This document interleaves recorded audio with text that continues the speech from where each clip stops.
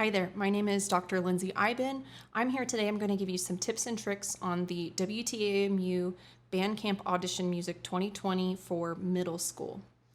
Now, before we dive into the music, I'm actually going to give you a couple of short exercises that I think you should work on before you even touch the music, and it's going to make learning the actual etude a whole lot easier. So let's go ahead and dive right in. The first exercise is going to be an octave slur.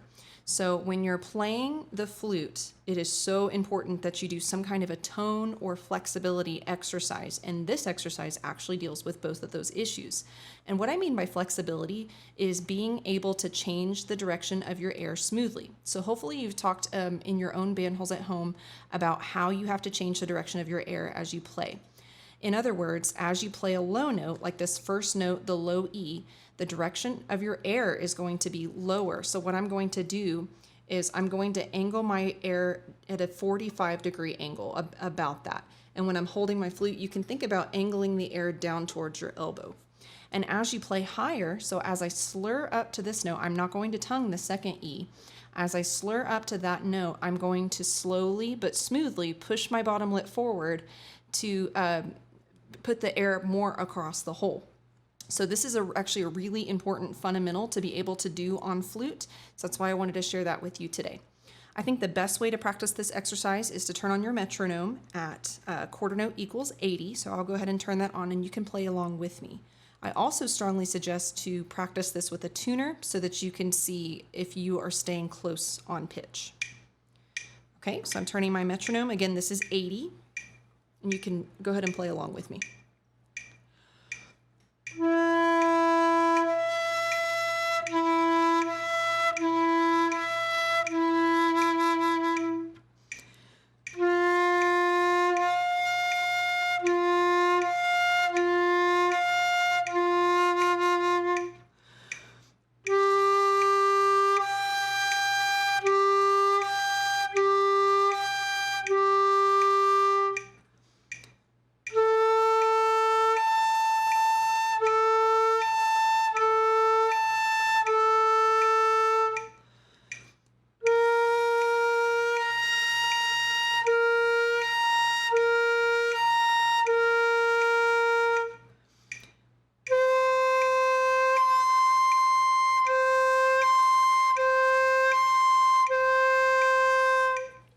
So hopefully you could see from the video, you could see my bottom lip going back and forth. So I'm angling my air downward, and then as I play higher, I'm pushing the bottom lip out. And I'm trying to do this smoothly. And as also, hopefully you noticed, I was trying to get a really good full sound on every single note, especially the low notes. It's sometimes easy, sorry, my cat's going crazy. It's sometimes easy to get kind of a wimpy sound in the low register, like that, and that usually means that the aperture is too big and that you're probably not angling the air downward enough. So you heard I instantly was able to change how big the sound was just by changing the direction of the air. Another exercise that I definitely think you should do would be the vibrato exercise. So what you're doing is you're working on your vibrato and working to make just a really lovely tone.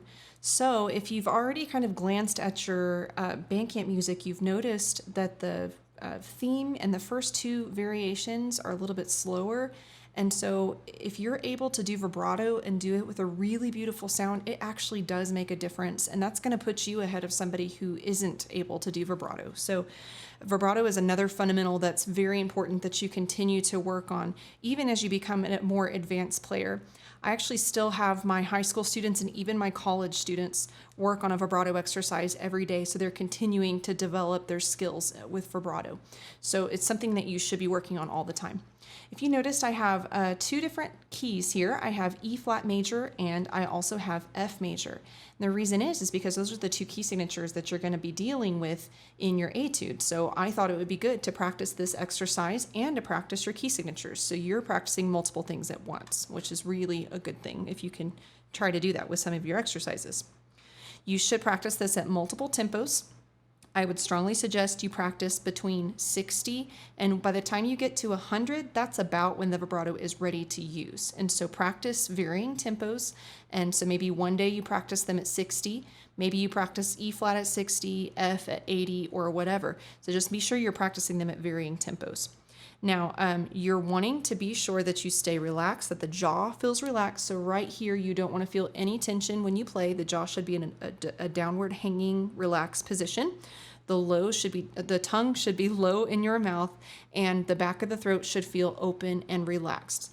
So even before you start the vibrato exercise, you might want to just try playing this, doing it very, very slowly, and you're working to get a spinning motion with your air.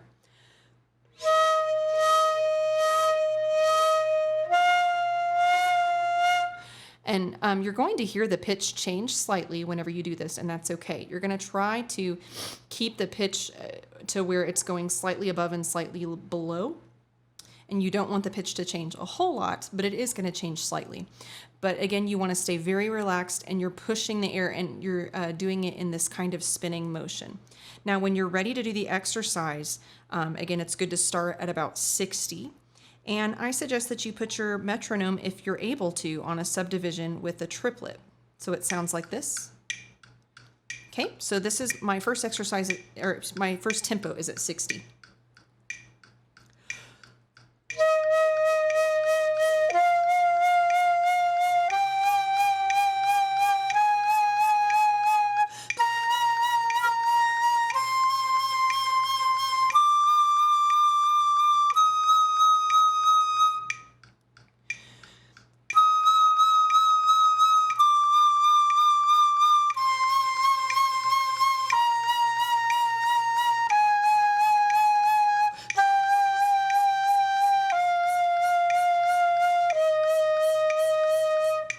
So I'm also working to make sure that all of the waves sound even. You don't want one wave to sound bigger than the other. And so that's why it's good to practice it slowly until you get used to it, and then you want to increase the tempo. So now I'm going to do the second one, F major, and I'm going to do it a little bit faster at about 80.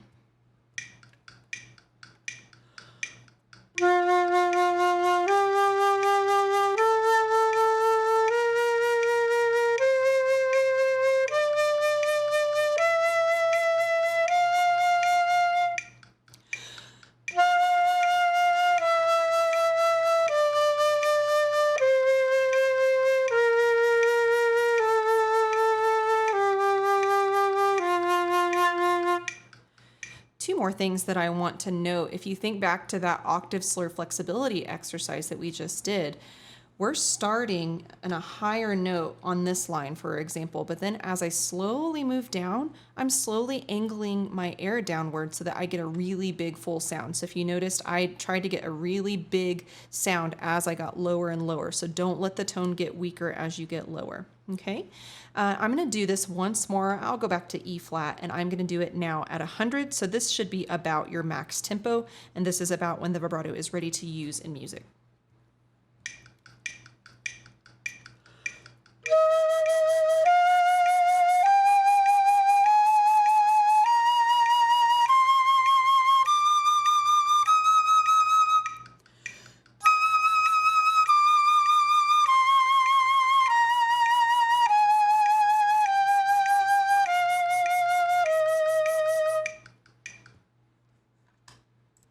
The final exercise that I think you should do before you dive into the actual etude would be a rhythm exercise.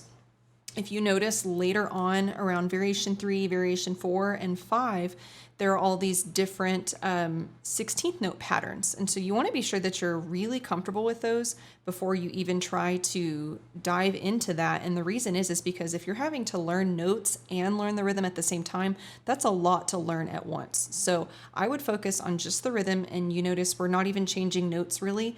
We're just working on the rhythm. So the first 16th note pattern, I went ahead and put it in E flat major, again, because that's how your etude starts. So we're working on your scale and your key signature, and we're working on the rhythm. So this first pattern that you see is going to be an eighth note plus 2/16. Okay, so if you know the basic rhythm, first of all, if you know what an eighth note is and what it does, you're going to have 2 of those per beat. So if you're thinking about your downbeat and upbeat, the first eighth note in an eighth note pattern would be the downbeat, and the second eighth note would be an upbeat. So what we did with the second eighth note for this pattern is we took it and we split it in two. So these two 16th notes will be on the upbeat. So if you're thinking about the rhythm with your foot and what your foot is doing, you can think about it like this. Down, up, down, up, down, up, down, up. And if you notice, this entire scale is going to be in that same rhythm pattern. So you're going to be really good at it by the time you finish the scale. Okay, a good tempo to start out, I would say, would be at 80 because that's going to be the final tempo of your piece. And I would suggest to put your metronome with the eighth note subdivision on, and so you can feel the downbeat and the upbeat. By the way, the app that I'm using is called Tonal Energy. It's unfortunately not free, but it is a really great app. It costs about $3. It's not super expensive. So if you think about it, if you go to the music store and you're trying to buy a metronome, you're going to spend about $20. So I actually think it's a really good deal. And it also has a tuner on it too. So it's everything built into one, and it's right there on your phone. So I strongly recommend Tonal Energy. Okay, so this is the scales in rhythm. We're going to start with E flat major. And again, my metronome's at 80 with the eighth note subdivision. So feel free to play along. And here we go.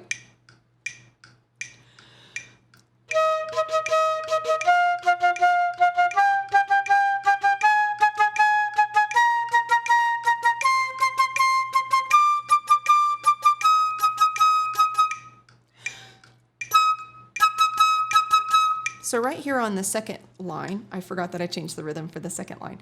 So we're taking what we did, but we're doing it opposite now. And so the first two notes are going to be 16th notes, and then the second note is the eighth note. So now we have two notes on the downbeat, one note on the upbeat. So it's now going to be down, down, up, down, down, up, down, down, up, down, down, up. Okay, so we're going to practice both rhythms in each of these key signatures. So let's do the second line together.